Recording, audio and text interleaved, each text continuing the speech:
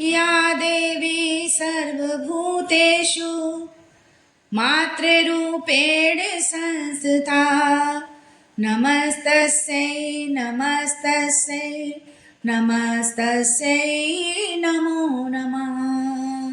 Survey बाधा विनुर्मुक्तो धनधान्यसुतान्वितः मनुष्यो मत्प्रसादेन भविष्यन्ति न संशयः। ए भौजी अंगना लिपायदा घरे आई है भवानी। ए भौजी अंगना लिपायदा घरे आई है भवानी।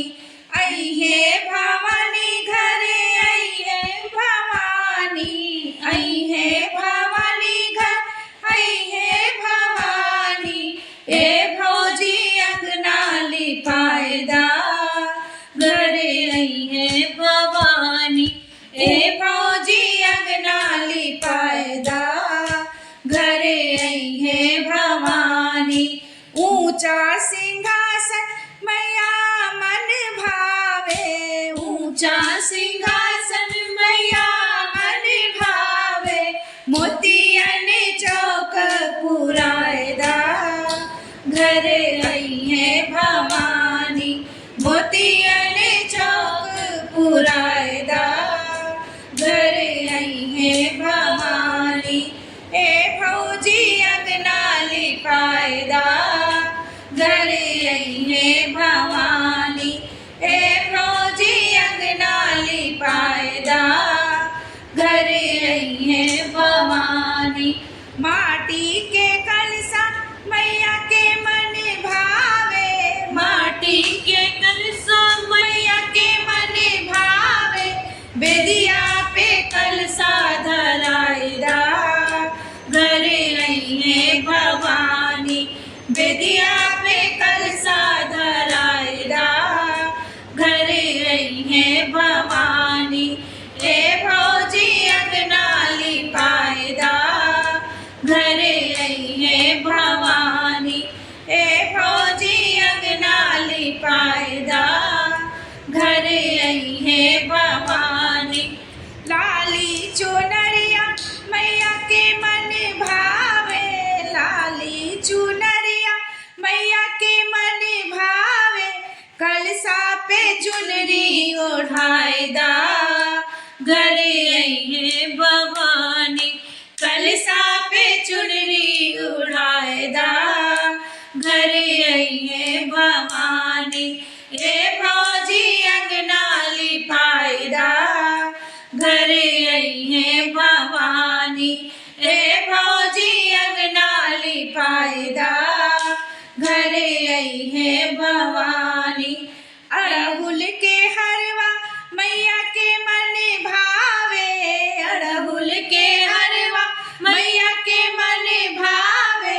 कलसा पे हरवा चढ़ायदा घरे आई है भवानी। कलसा पे हरवा चढ़ायदा घरे आई है भवानी।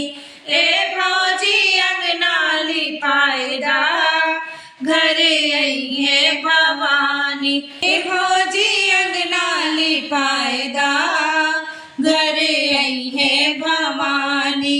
ए भौजी अंगना लिपायदा घरे आई है भवानी। हलवा और घुघरी मैया के मन भावे।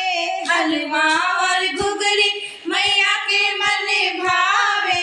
मिश्री बतासा मैया के मन भावे। मिश्री बतासा मैया के मन भावे। कलशा पे भोग लगायदा घरे आई है भवानी। कलशा पे भोग लगायदा घरे आई है भवानी। ए भौजी अंगना लिपायदा घरे आई है भवानी। ए भौजी अंगना लिपायदा घरे आई है भवानी। बजरा भजनिया मैया के मन भावे।